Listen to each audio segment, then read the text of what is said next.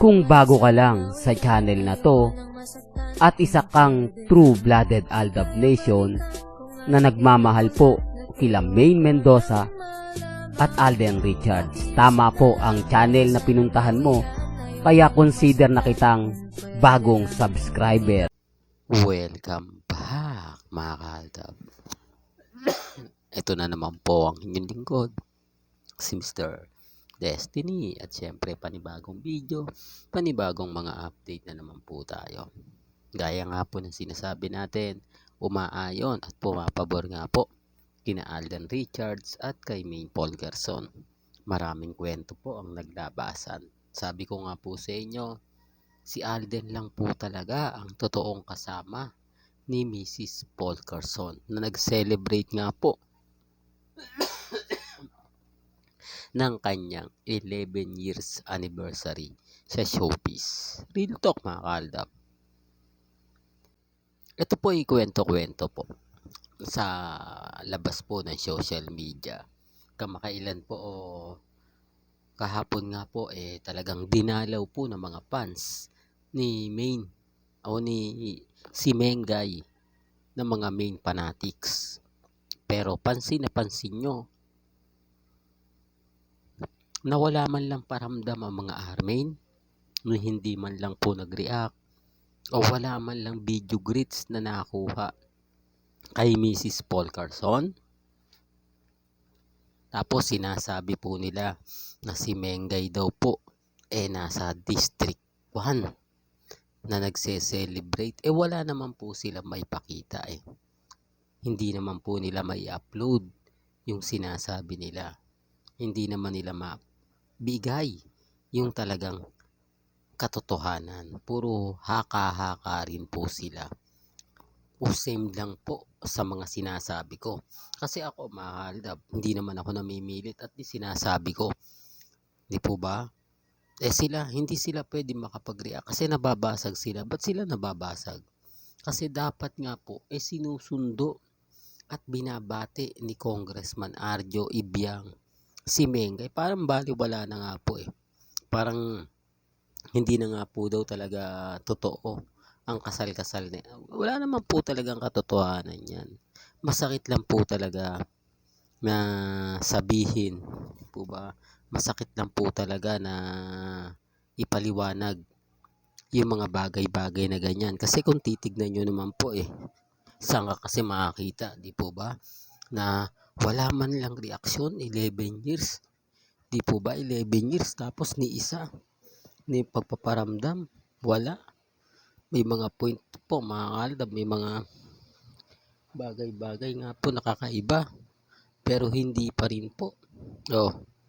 Doon pa lang po mga ka-Aldab, may mali na Doon pa lang, masasabi nyo na oo nga Mr. Destiny, mukhang may punto yung mga pinapaliwanag mo ni hindi man lang daw po nag-video greet. Tapos ako pa po yung fake news. Ako pa yung sinasabihan nila na wala daw pong alam.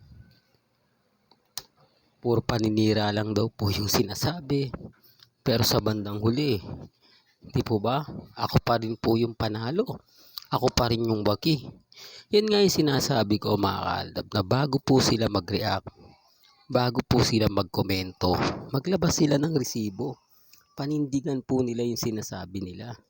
Ako, sinasabi ko, pag ako nagkomento na ganyan, panindigan mo yan Mr. Destiny.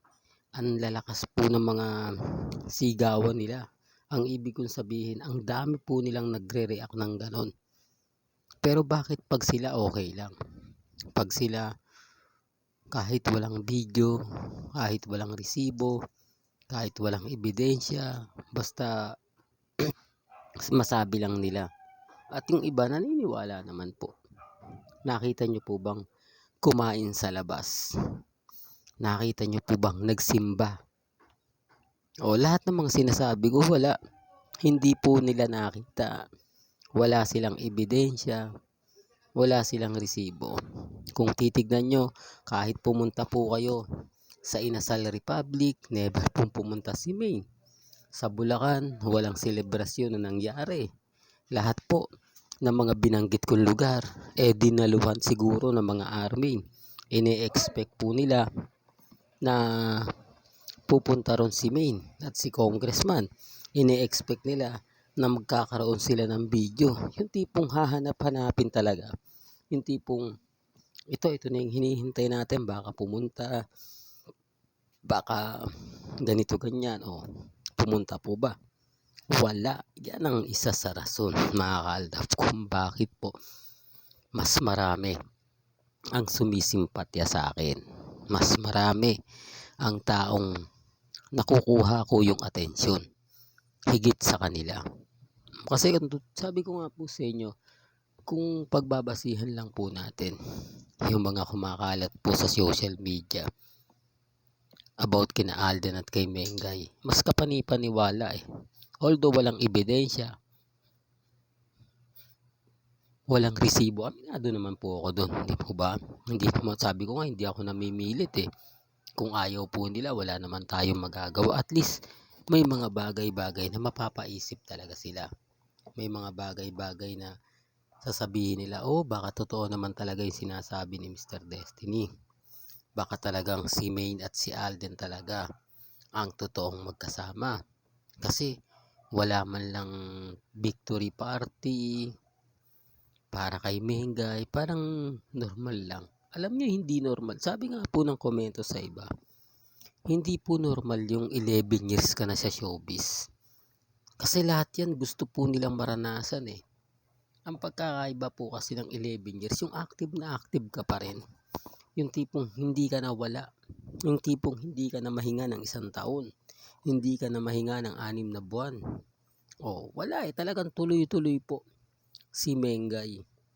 At talagang sa dami ng taong nakalaban niya para agawin po yung pagka-phenomenal box office queen, hindi po nila nagawa. Hindi po ba? Real talk, mga kaaldab.